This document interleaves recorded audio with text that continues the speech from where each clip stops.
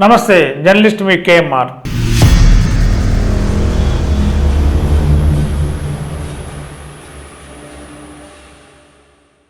AP ప్రజలందరూ ప్రస్తుతం పిఠాపురం వైపు చూస్తున్నారు. పిఠాపురంలో ఎవరు గెలుస్తారు? పిఠాపురంలో జనసేన పార్టీ అధినేత పవన్ కళ్యాణ్ గారు పోటీలో ఉన్నారు. వైఎస్ఆర్సీపీ తరఫున వంగా గీత గారు పోటీలో ఉన్నారు. చాలా ఉత్కంఠభరితంగా జరిగిన ఈ పిఠాపురం ఎన్నికల్లో ఖచ్చితంగా గెలుపు వంగా గీతదని స్థానికులందరూ కూడా చాలా విస్తృత స్థాయిలో విశ్వసిస్తున్నారు.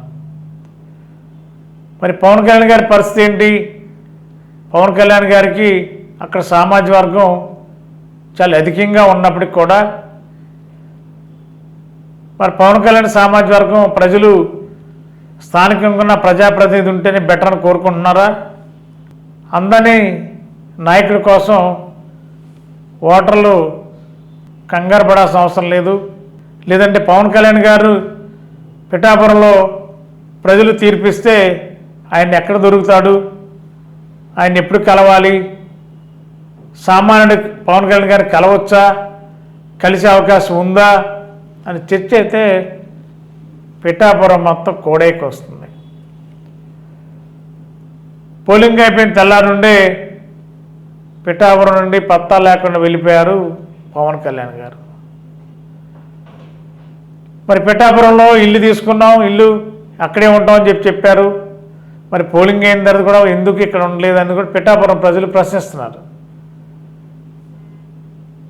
మరి ఇక్కడే ఉంటామని చెప్పినప్పుడు నివాస గృహం ఇక్కడే కదా, మరి ఇక్కడే ఉండాలి కదా. అంటే ఎన్నికల్లో పోటీలో గెలిచే వరకు ప్రజలు ఓట్లు వేసే వరకైనా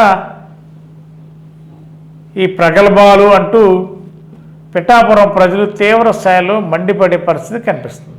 మరి ఈ క్రమంలో పిఠాపురంలో బూత్ వైజ్గా లెక్కలు చూస్తే పిఠాపురంలో పవన్ కళ్యాణ్ గెలుపు గడ్డు పరిస్థితి కష్టమేనని చెప్పి సమాచారం వస్తుంది. మరి వంగ గీత గారు స్థానికంగా గతంలో 2009 ఎమ్మెల్యే చేశారు. బాగా డైనమిక్ లీడర్, స్థానికంగా ప్రజల్ని దగ్గరగా వారికి ఏ సమస్య ఉన్నా ముందుండి పనిచేసే మహిళా లీడర్గా పేరుంది.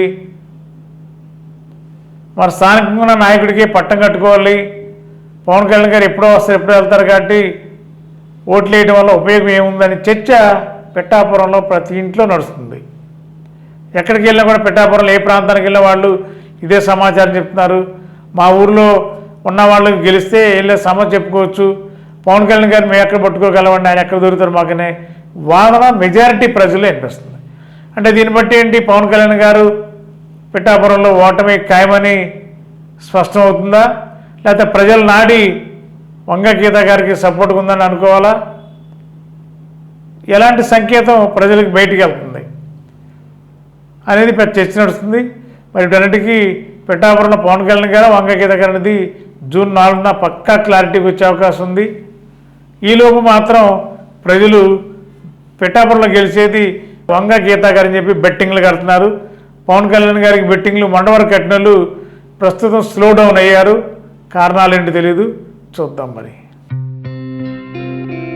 గత 20 సంవత్సరాలుగా దంత సమస్యలతో పాటు దవడ మరియు ముఖ సంబంధ సమస్యలకు చక్కని చికిత్సలు అందిస్తున్న శ్రీ రామకృష్ణ దంత వైద్యశాల, నరసింహారావుపేట, ఏలూరు. ఎమర్జెన్సీస్ లో వాడే ఆక్సిజన్ కాన్సంట్రేటర్లతో పాటు air purify, UV light steriliser, ULV fogger వంటి పరికరాల ద్వారా పరిశుభ్రమైన వాతావరణంలో చికిత్స అందించబడుచున్నది. ఆర్వీజీ ద్వారా అతి తక్కువ రేడియేషన్ ఉపయోగించి దంత వ్యాధి నిర్ధారణ మరియు రూట్ కెనాల్ వైద్యం చేయబడుచున్నది. డెంటల్ లేజర్ ద్వారా కుట్లు లేకుండా సర్జరీలు, ఇంప్లాంట్స్ కిట్స్ ద్వారా పళ్ళు లేని వారికి ఫిక్స్డ్ దంతాలు, రూట్ కెనాల్ చికిత్సలకు ఎండో మోటార్ వంటి ఆధునిక పరికరాలు కలిగిన నమ్మకమైన డెంటల్ క్లినిక్. అత్యంత ప్రామాణికమైన ఆటోక్లావింగ్ పద్ధతిలో శుభ్రపరిచిన ఇన్స్ట్రుమెంట్స్ వాడడం మా ప్రత్యేకత. దంత సమస్యలకు చికిత్సతో పాటు విరిగిన దవడ మరియు ముఖ ఎముకలకు చికిత్స, ఎత్తు మరియు వంకర దవడలకు కాస్మెటిక్ సర్జరీ, యాక్సిలోఫేషియల్ వంటి చికిత్సలకు చిరునామా శ్రీ రామకృష్ణ దంత వైద్యశాల, వేములపల్లి రెసిడెన్సీ